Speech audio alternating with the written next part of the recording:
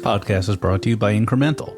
You ever run a holdout test, wait between 2 and 5 weeks for the results, and then realize you just wasted a big chunk of budget? By the time the data comes in, the campaign's over, the money's gone, and the insight's basically a post-mortem. That's why I like what Incremental is doing. They give you always-on incrementality measurement. No experiments, no holdouts, no delays. You get answers while the campaign is live, so you can actually make changes, not just analyze the wreckage. With Incremental, you don't just learn what worked, you do something about it. Check them out at Incremental, the future of measurement. This episode is brought to you by U of Digital, the go-to training company in ad tech. They've launched the AI Accelerator, a hands-on boot camp that gets teams actually using AI for marketing and advertising use cases. Most people in our industry still aren't confidently using AI, even for basics like better email or smarter research, let alone creating content or analyzing data. The AI Accelerator changes that.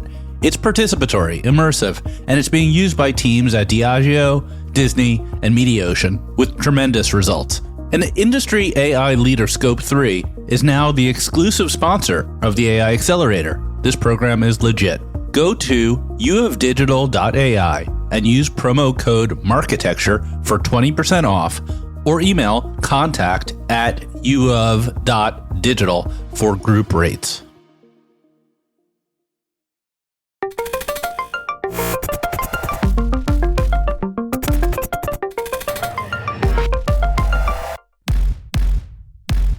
Welcome to the Marketecture Podcast. This is Ari Paparo. I'm here with Eric Franchi and Casey Saran from Spaceback. We're going to talk everything about creative, social, influencers, and how all of that gets put together. Eric, are you an investor in Spaceback? Yes, my fund Imperium is an investor, a proud investor in Spaceback, and I have a particular fondness for creative tech. So it's been fun to be on the ride with Casey, and their business has evolved in such an interesting direction over the course of the past few years that this is going to be a fun conversation. Yeah, I love creative, but I also love pointing out that I don't love creative business models. So there's two sides of that same coin. But Casey's doing something pretty interesting, and I like how it's the overlap with social. So we have a lot of announcements. So this week we announced the second ever Marketecture Live. So for those of you living under a rock, we did Marketecture Live this last March in New York. It was a big success, sold out, 450 people. We're rerunning the same game plan. October 27th, that's a Monday in New York City. We have a full day conference. We've announced the speakers, or many of the speakers, and it's really jam-packed. I'll be there, obviously. Eric will be there doing the startup showcase again. We have Antonio Garcia Martinez, who probably everyone knows as the author of Chaos Monkeys, which is soon to be known as the second best book about ad tech ever published. And he is at Coinbase. So we're going to hear what is Coinbase's strategy around advertising. We have Dr. Mark Grether, who's been on the show talking about PayPal. We have Jenny Wall, who's also been on the show, one of our most popular episodes from VideoAmp. And the whole theme of the day is around outcomes. So we have a lot of really exciting stuff. And if you go to marketecturelive.com, you can register now with a pretty significant early bird discount until Labor Day. And then we also have I think it's a 40% discount for people who are paid Marketecture subscribers. So I'd really recommend, since we sold out last time, if you plan on going, get the early bird. Don't wait for the last minute. And we also have an offer for qualified brands and agencies to get free tickets so that we can bring in a lot of diverse viewpoints from different parts of the business. I've been talking a lot. Eric, what are you excited about? How are you going to do this startup showcase thing again? Yeah, I can't wait. So it's going to be me and Sanya Partalo, who many people are familiar with. She is general partner at S4S Ventures. Prior to that, she had a long career at WPP. Sanya is awesome. And we learned a lot from the first startup showcase. And I think we're going to bring like new ideas. And there's such a crop of companies already that are inundating you with pitches to speak. That's going to be super fun. And just looking at the speakers, it's Marketecture come to life. Like some of the best guests. I mean, AGM was one of the best conversations we've had. And like I could have, talked to him for another hour. We're going to be able to. So this is going to be so much fun. I can't wait. Yep, I'm really looking forward to it. Once again, marketecturelive.com to get the early bird tickets. All right, with that, let's jump in. We have Casey Saran from Spaceback. All right, Casey Saran, the CEO of Spaceback. Thanks for being here, Casey. Thanks for having me, Ari. All right, let's talk about the most important issue. How's the baby? It's like that Seinfeld episode. How about the baby? Baby is great. And yeah, so she's 4 months old now. I just went on my first work trip, went to the MMA CEO CMO event down at the Bacara in Santa Barbara. It was fantastic. And I was away for 3 nights, and it was actually, I slept better than I've slept in a while. But it was tough being away. Yeah, you go to the conference to decompress and get some sleep. That makes a lot of sense. We could just turn this whole podcast into a dad podcast if we'd like. I'm down, man. I got a lot to talk about. Yeah, a lot to talk about. Yeah, with our humor, it already is, Ari. All right. Yeah, the dad humor. We'll try to keep it under control. Okay, so probably everyone's heard of Spaceback, but it's kind of zigged and zagged through the years. So what is Spaceback nowadays? Sure. Yeah, Spaceback is a creative automation platform. We are, I believe, the first creative automation platform really built on top of a brand social presence. So we really think of a brand social presence as an asset library for creative automation. So we help brands turn social media posts and social experiences into production-ready creative that can be executed via programmatic, and we're totally inventory agnostic. So it lets brands really decouple creative and a media plan. Right. So is this organic social? Like you have a really cool post and then you say, let's turn this post into an ad? Yeah, really organic social. It can be from brand's own handle. It can be from content posted by creators that they're working with. Really anything on social, and all post types as well, like from carousel posts, shoppable posts, video posts, reels, etc. This is like right in line with the Gary Vee shtick, where he says like you should just be doing tons of social and see what works and then turn that into an ad. He literally says that, right? Yeah, and I mean I can't disagree with Gary Vee on this one. I think brands are doing their very best work in social. The days of brands, best content being created in a boardroom with 90-day production times is done. Brands have very, very fast machines, turnaround cycles for how they're creating social content and investing in their social presence. So we believe that we can take that, what brands are doing in social and have that kind of lead their storytelling. It's much more engaging, creative. People are liking and following and comment and doing all these engagements with brand content on social that they don't really do with ads. So when we pull the social content into other channels, it's not only taking the social content, it's also bringing that kind of two-way relationship access with that creative. So it still feels social even outside of the walled gardens. Just for the sake of a trip down memory lane, because we love to do that. What was the very, very first idea for Spaceback? Because I remember it being really kind of funny. Something about like putting a Valentine's card in a banner ad or something. Like what was that idea? So we put a lot of stuff in banner ads, but it actually started at a Thanksgiving dinner probably over a decade ago, where my aunt was kind of getting mad at me for being the pop-up guy. Or that's I work in ad tech, and she's like, you're ruining the internet. And the more she drinks, the more she's just like kind of berating me, and other people at the table start chiming in. I'm like, dang, how did this family dinner turn into gang up on Casey for ruining the internet time? But and that's exactly why Eric specialized in the pop unders, so his family wouldn't notice. Exactly. All right, sorry. So then what happened? So decided I wanted to show my aunt that actually ad tech could be cool. I didn't sleep that night, kind of scheming up a way to. My aunt rescued greyhound dogs, so we got a lot of pictures of her dogs from her Instagram account. Put them in an ad server. It's targeted a audience campaign just to my aunt. I got her to click on a link to a document. So created an audience of one. Wait, you fished her? You did a phishing campaign to get her to cookie herself?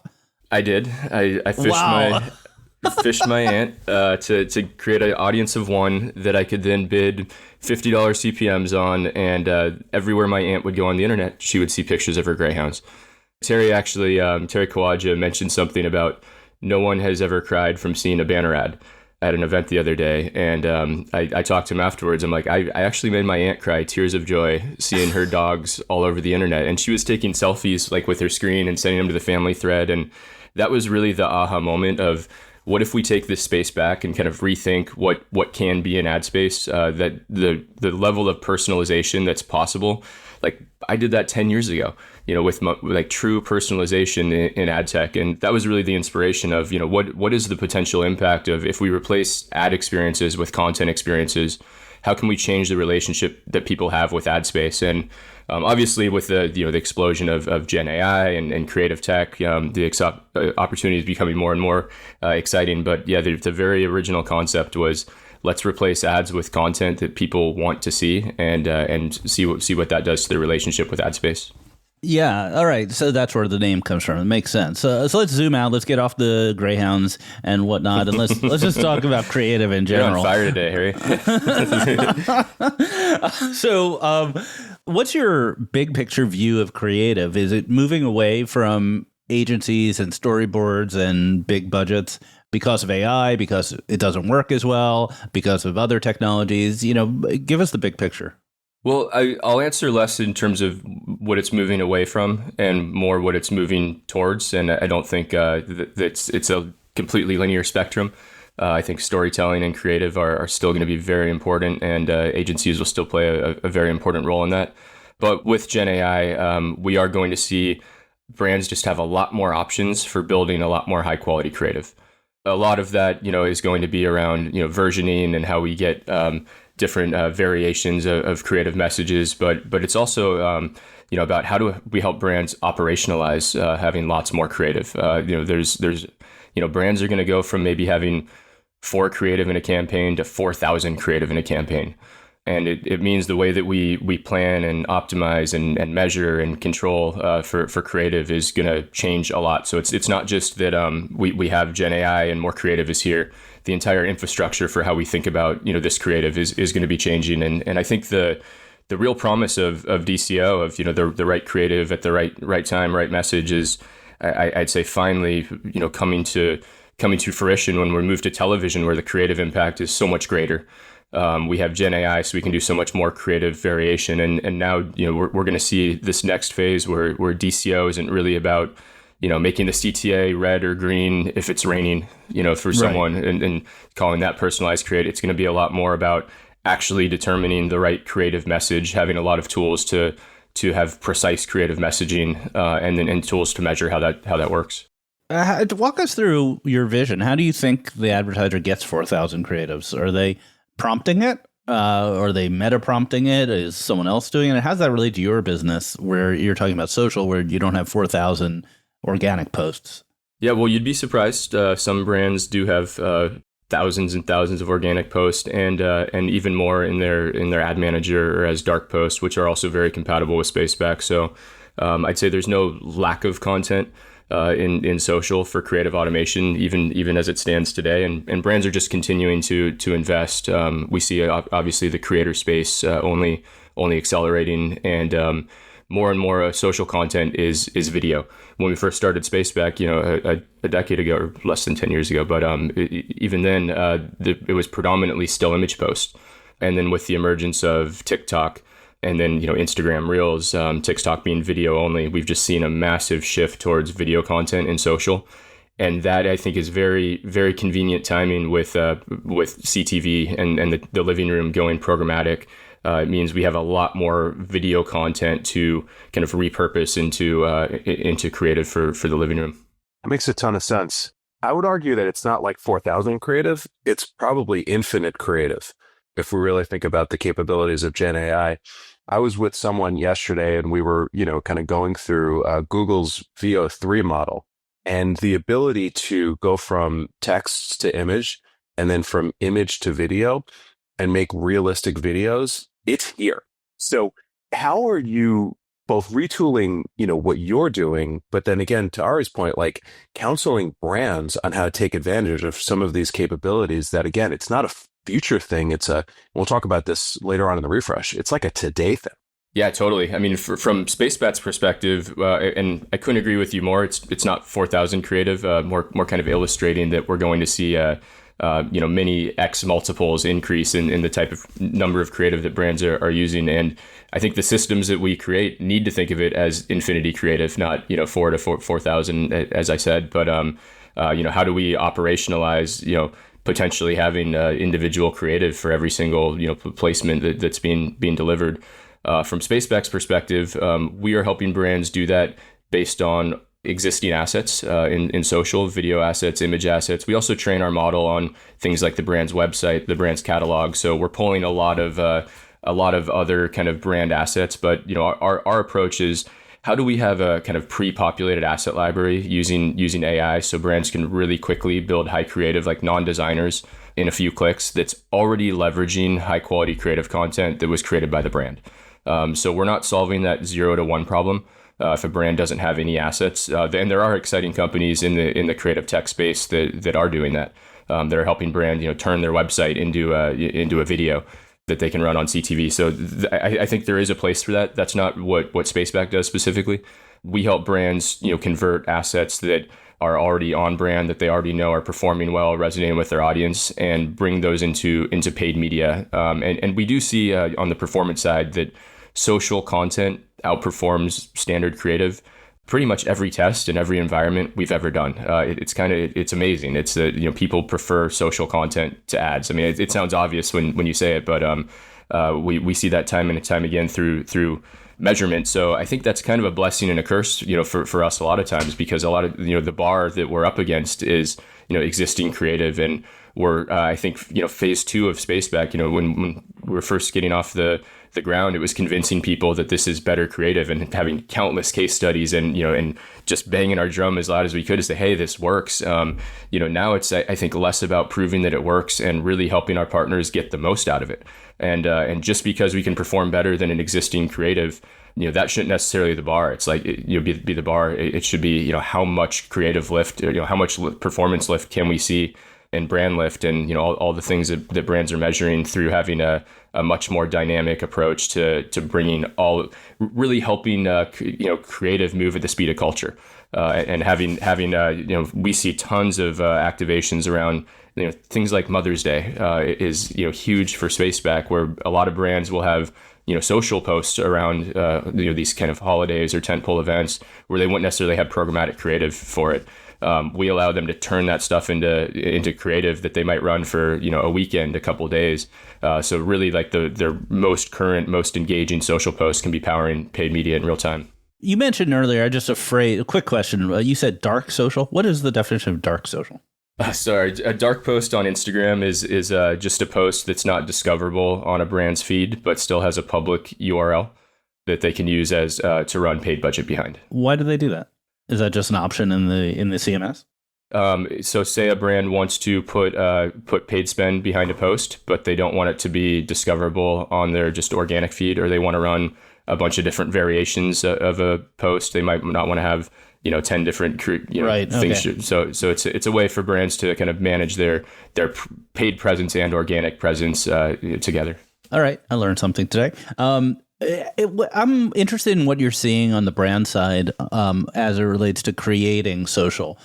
So the old model was like you had one 20-something person who is your social media manager, and maybe every once in a while they did something kooky around the office and made something in an attempt to go viral. Is that still the model, or is it changing? Is it getting more diverse through the organization and more professionalized? I'd say it's definitely changing, and every organization kind of has a unique approach to social. So I wouldn't say there's one answer that's going to cover what we're seeing across the board. I will say that, I know one question that you often ask your guests, so I don't want to preempt you on this, but, around what's your greatest business challenge, for us, it often is just how social and paid media historically have been so different. When we're bringing a solution to market that helps teams bridge that gap, sometimes those teams are traditionally haven't been working together. So I'd say the trend is definitely for brands to think more holistically about their social presence and their paid presence, and that's good. And that's happening whether or not Spaceback exists, but definitely a good trend for us. But if I could snap my fingers and accelerate that would be one of the fastest things to accelerate our business. Right. So coordinating between paid and social is really important. But what about the quality of social? There are some brands that have invested heavily and are really resonating with the audience, and others who maybe aren't as much. What are you seeing in the marketplace? Yeah, that's another thing where whether or not Spaceback exists, different brands are going to approach social differently. We do see, some brands are really excited to use us just because they invest so much in social and they don't really have a plan for how they're going to capture the most out of that investment. So some brands are just excited about, running their influencer content on television because they are so proud of it. They created it, and it's kind of, trapped in the walled gardens in a way. And we've seen very large brands do that, where they have infinite creative budget, and this isn't just about cost savings for creative. It's about having a really social first approach on television. So we see brands do that. We also see brands who sometimes are not proud of their social presence and think, hey, we want to use Spaceback. We love this idea, but we want to wait a few months until we invest more in social. And we kind of encourage brands to test it out. It's so easy to get up and running. It's a CPM fee, so it doesn't require reallocation of budget. People can just rotate Spaceback creative into existing campaigns and have a really quick, easy way to test something new and innovative and see the performance impact. Sure. But sometimes I think if brands aren't confident in their social presence, that can be a little bit of a barrier. You brought up influencer, and that's one of the hottest areas of social. So if I'm a brand, I'm really dumbing this down. I'm a brand, there's an influencer, and I pay that influencer to talk about my brand, and it's disclosed, it's totally kosher. I don't own the copyright to that influencer's work, right? The influencer owns, well, I don't even know, maybe the platform does, but the point is I don't own it. So can I use that influencer's content in my ads? That depends on your relationship with the influencer and your business terms with the influencer. Typically, yes, and typically the influencer content, if it's posted on the brand's organic page, it's implied that the brand owns the content. But Spaceback ourselves, we don't do rights management, so we can help brands with any content that they have rights to. But we're not helping them negotiate rights management with individual creators. Sure, but do you find that folks are thinking about this extended network effectively? They're like, we have our social, but we also have this cloud of influencers we're paying, and those are all assets we might be able to use in various ways. Absolutely, that's a lot of what we see is creator content, and what we're seeing for the most part is this is great for creators. Being on the, talk about being too good of content for the walled gardens. Like that's we're saying that for brands, but really that's about creator content. It is so good, and it is has limited exposure. So I think this is really a creator moment to help this great content get outside the walled gardens, get to larger audiences, and have more paid spend behind it. All right, let's just for fun go around the horn and each one of us say a brand that we think is killing it on social. Take a second to think about it. Casey, you're probably the most familiar. What's a brand? Not the best. I mean, you love all your clients equally, but what's a brand that's killing it in social?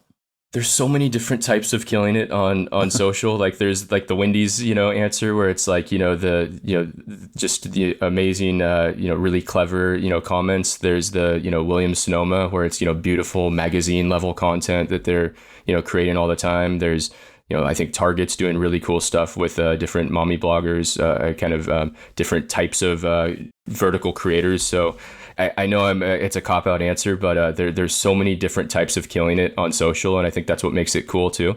Is like there's not an individual playbook, and this means that brands can find their own identity, and it can be a challenge for some brands, and it's not something that Spaceback necessarily helps them with, ourselves. But it's just fun to see so many different. Like we've had furniture brands do 30 days of discounts, and every single day run new creative that they're posting on social, and we think it's pretty cool. All right, Eric, what do you think? Yeah, this is a fun question. I like this.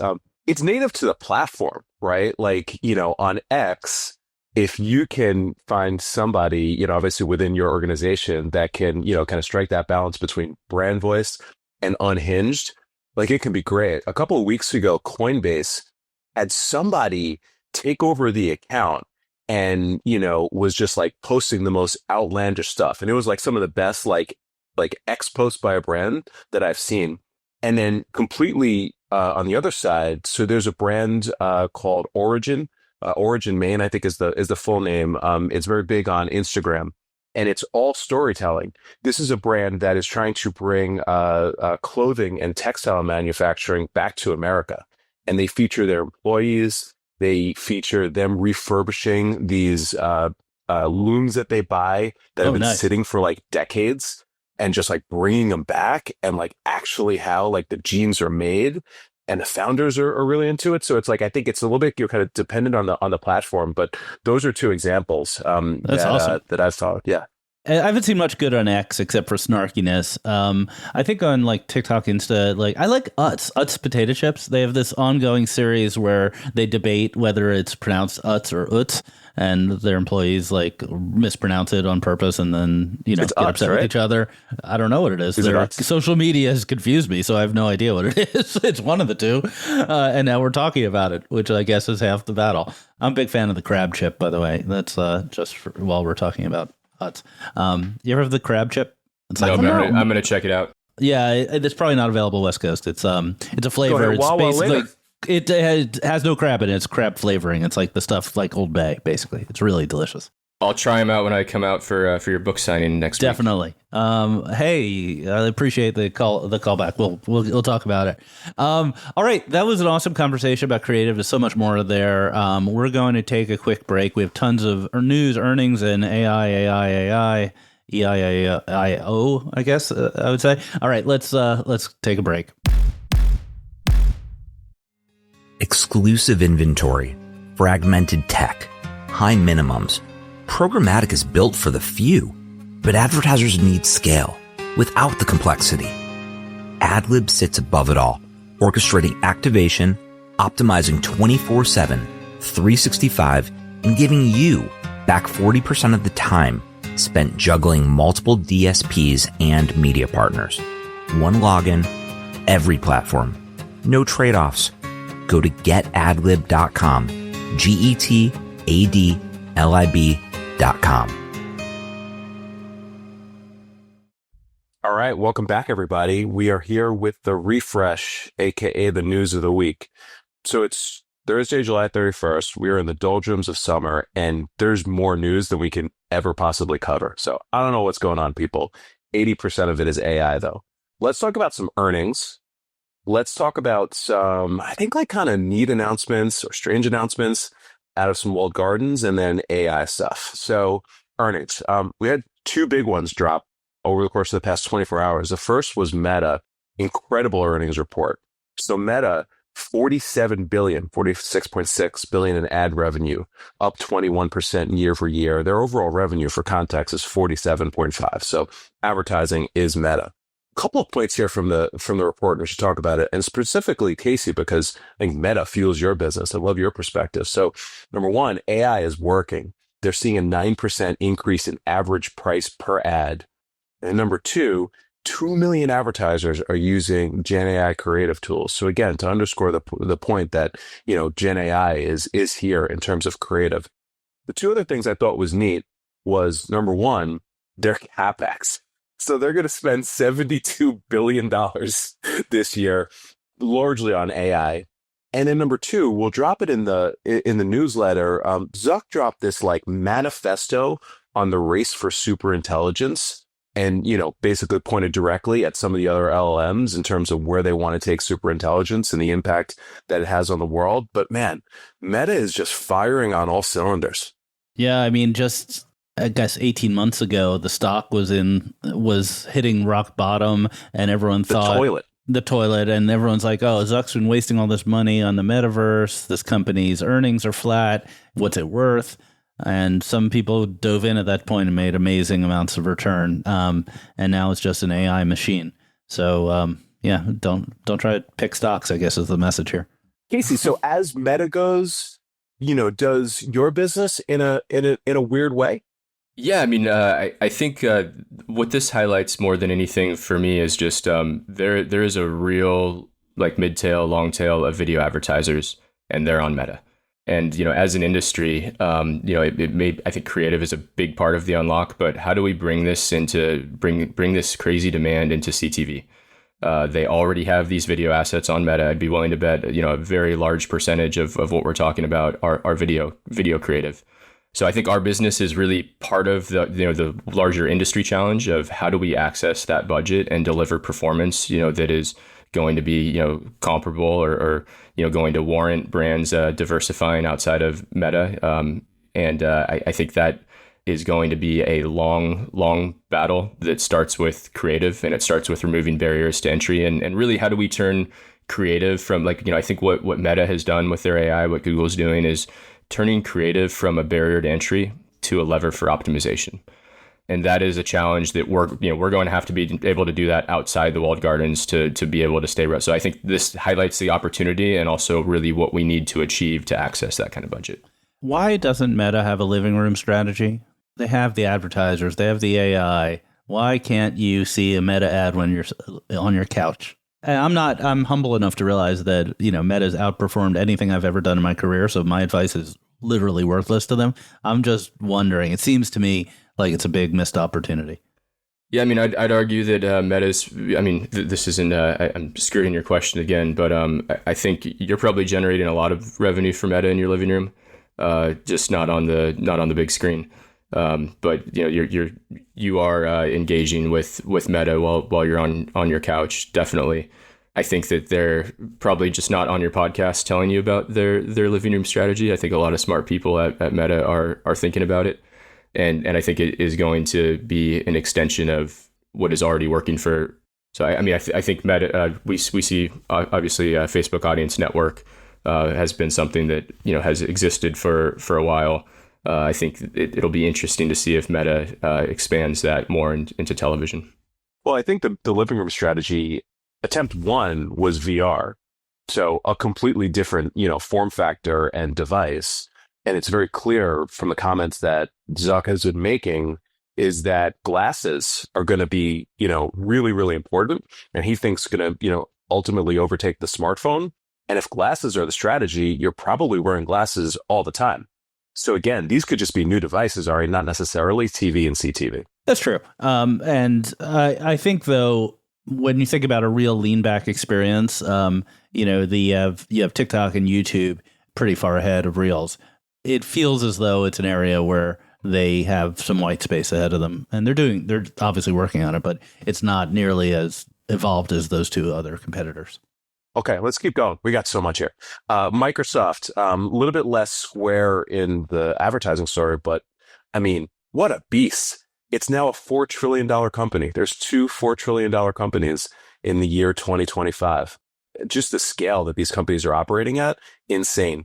76.4 billion last quarter, cloud revenue 47 billion, up 27%, search and advertising revenue up 21%, Azure is a $75 billion business.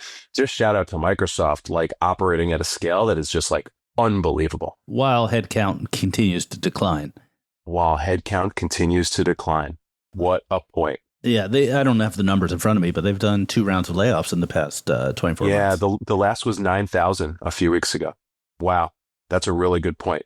On the other side, so Spotify reported earlier this week, and they got hit pretty hard. So the stock was down 11%. Their advertising business, I actually couldn't believe this. With all this great news from the other companies, their ad biz was down 1% year over year. So there's some debate on whether Spotify is both audio and video, primarily audio, is video the future? But the audio market is growing. The audio market is growing 6% CAGR. So they are the de facto leader in audio, and they're outperforming the market. I couldn't believe this. Yeah, I was a little surprised because they've really been moving and shaking. They've doing a lot of stuff. I was at their event. I wrote it up. They have a really nice sort of hedged garden approach where you could buy direct, you could buy through programmatic. They have creative tools. They have AI. They have services. They're throwing a lot against the wall here. I have to believe it's ultimately two things. One is it's audio, which is, despite growing, very difficult market, not well measured. It's got a lot of problems. And two is the same problem Netflix has, which is all the best customers don't see ads. And in the case of Spotify, all the best customers don't hear ads. So you're going after the free users, which are almost by definition going to be lower value. And so that combination is tough. Yeah, I think that's right. I mean, in the earnings report, Daniel Ek, the CEO, he was very pointed. He said, this is not a strategy problem. This is an execution problem, and we will fix this. But I think you're onto something. And podcasts is still a relatively small part of the market. Podcasts on Spotify are full of ads if you have premium. Like I have premium and I'm listening to ads the whole time. I really think it's a real issue for them. I'm a customer, so as operator of Marketecture Media, we insert ads. We use their ad server, a Megaphone. We use their ad network. It is kind of a mess. It's not a top-notch platform by any means. Like it feels like it's an afterthought inside the company. And I know I'm friends with a lot of people there. I tell them that to their face. It's just like Megaphone is not an ad server you'd want to build your business on. How does that make you feel about the, not a strategy problem, but an execution problem? It sounds like, strategically. Yeah, there's something to it. Here, I'll give you one example, which will shock the listeners.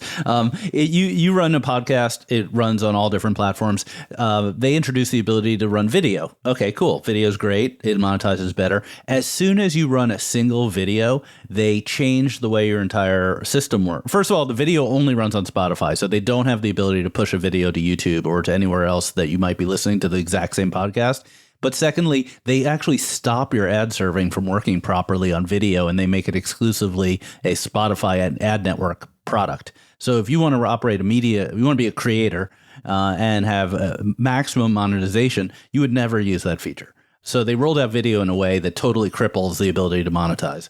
And that's just one example of kind of this sort of half-assed product development system they've got. So Mike Shields posted, I think it was this morning, that they should buy Vivo and double down on video. I was shocked that Vivo's, still out there, I guess, operating. But they do have they have a CTV app.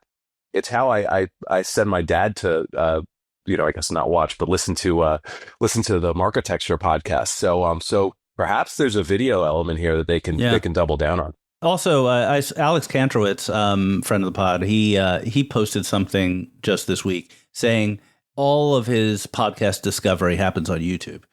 He's a significantly bigger podcaster than this. He has probably hundreds of thousands of listens. And that's that. YouTube, we can't underestimate the threat that YouTube is to Spotify. Yeah, for sure. And it can monetize video pods at a far higher rate. So, all right, Spotify, let's figure it out. There's a couple other ones that hit this week we should talk about. So not earnings, but just like big walled gardens. So number one, we all caught, and it was interesting. So TikTok is offering an offsite measurement product. So this product is called Engage Sessions. It'll allow advertisers to target users who spend at least 10 seconds on their website after clicking an ad on TikTok. So it's a little bit of like analytics, proving out that TikTok actually drives qualified customers, and they're doing it without a pixel. So it's privacy friendly.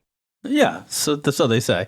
You could probably drive a truck through the caveats in, hey, we're not using a pixel, but we use JavaScript, but we control the browser because it's a WebKit that we launch from our app. So I had some conversations on Twitter about the mechanism by which they're tracking this. No one really knows, but it's a nice product. I like the idea. Yeah, it's a good idea.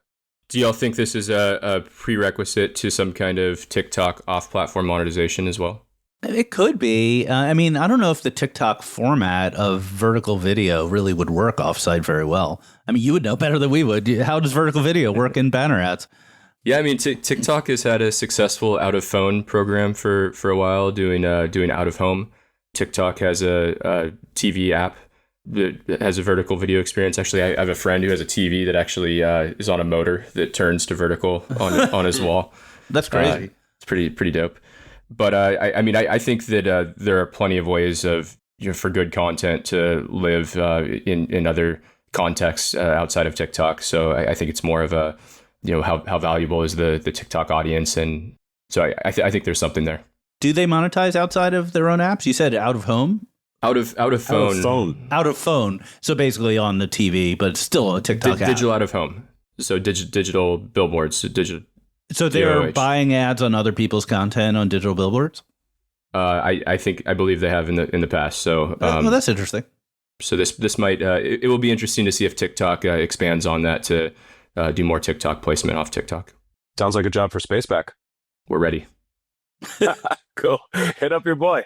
All right. I got one that is a head scratcher. We have to talk about this. And again, Casey, I'm happy you are here to talk about this. So there's a new ad policy at X.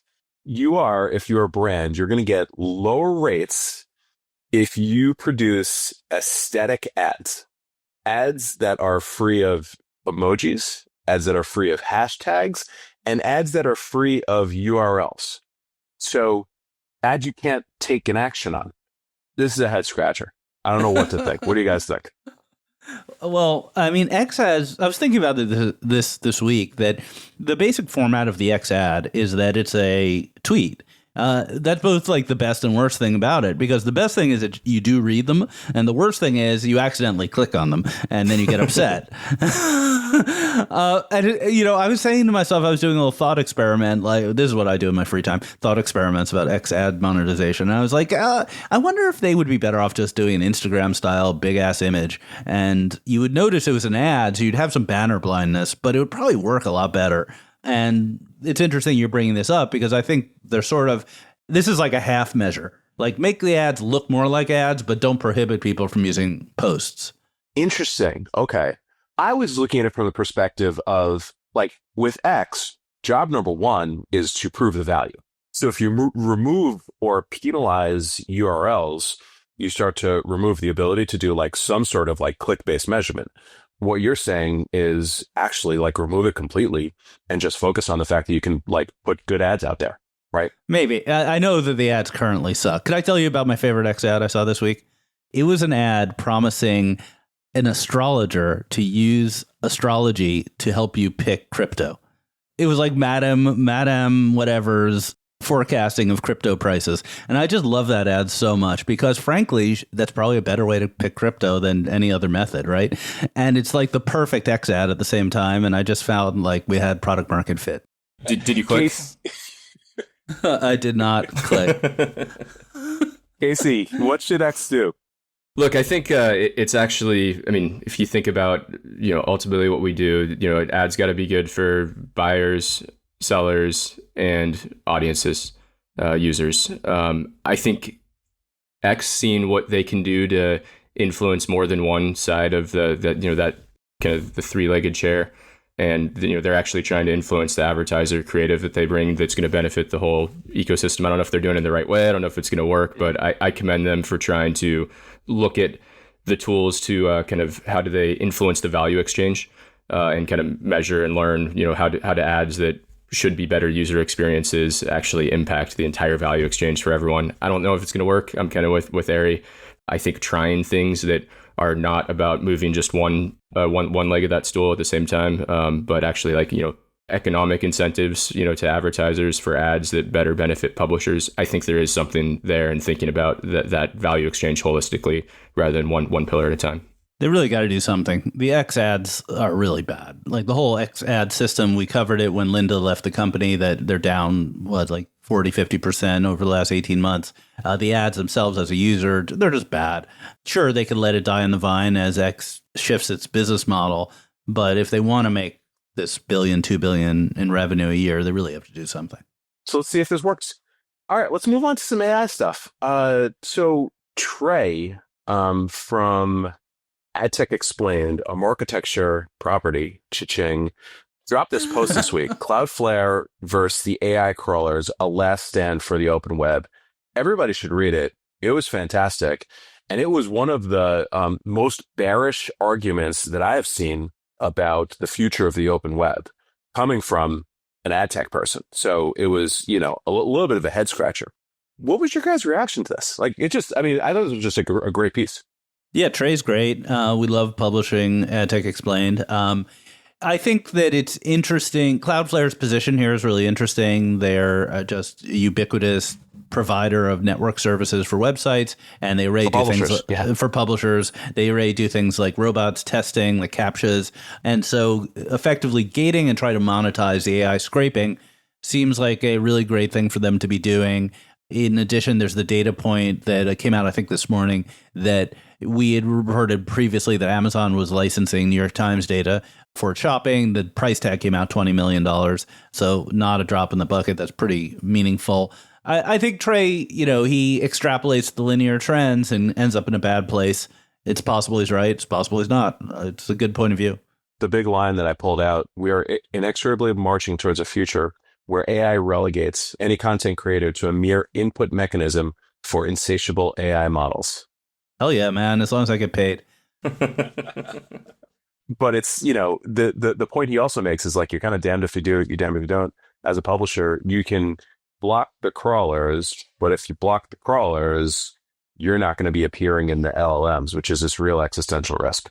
It is. And we've talked before about how Google is being a little bit aggressive on this front by telling publishers they have to agree to both AI and search in the same robot's entry, as opposed to potentially negotiating them separately. So there's a lot of moving parts on this. Yeah.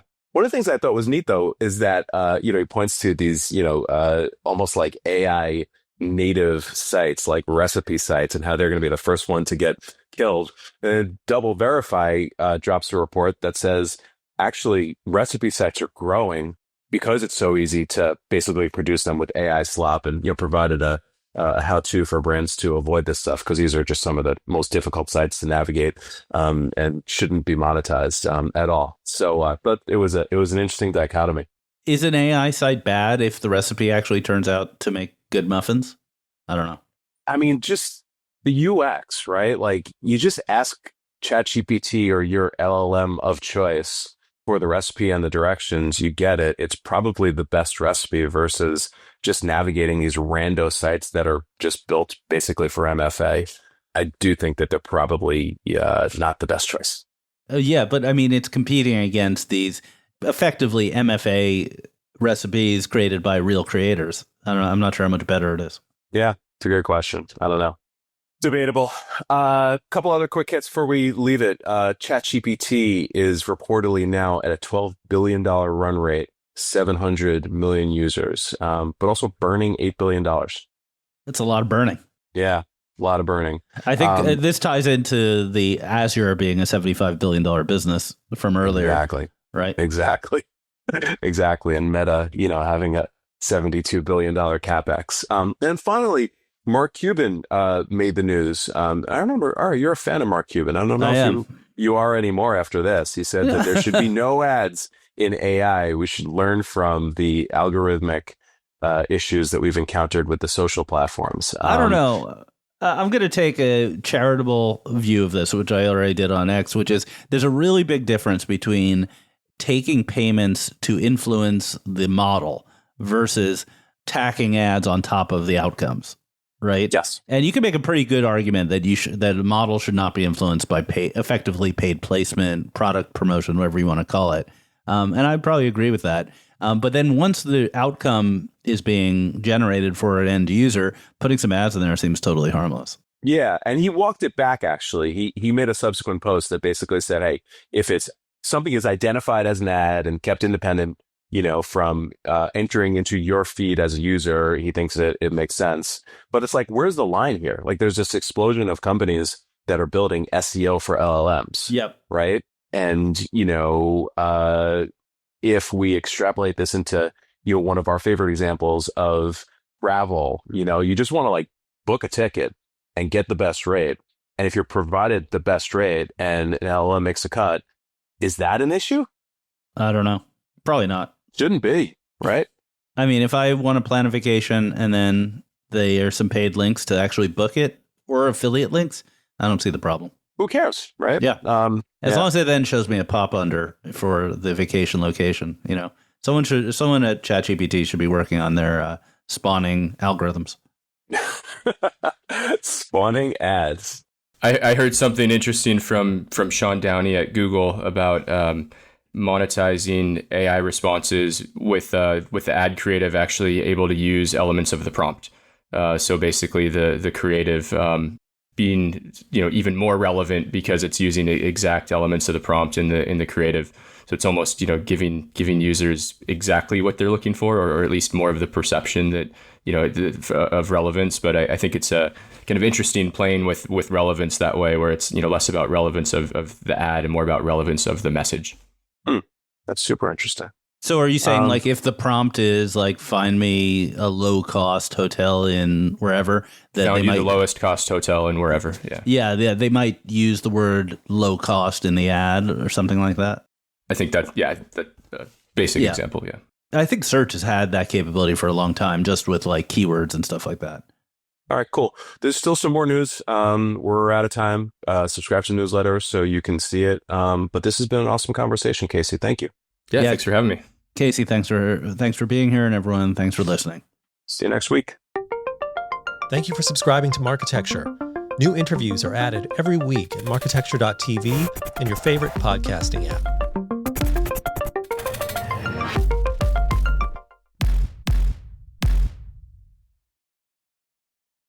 Thank you for listening to the Marketecture Podcast. New episodes come out every Friday, and an insightful vendor interview is published each Monday.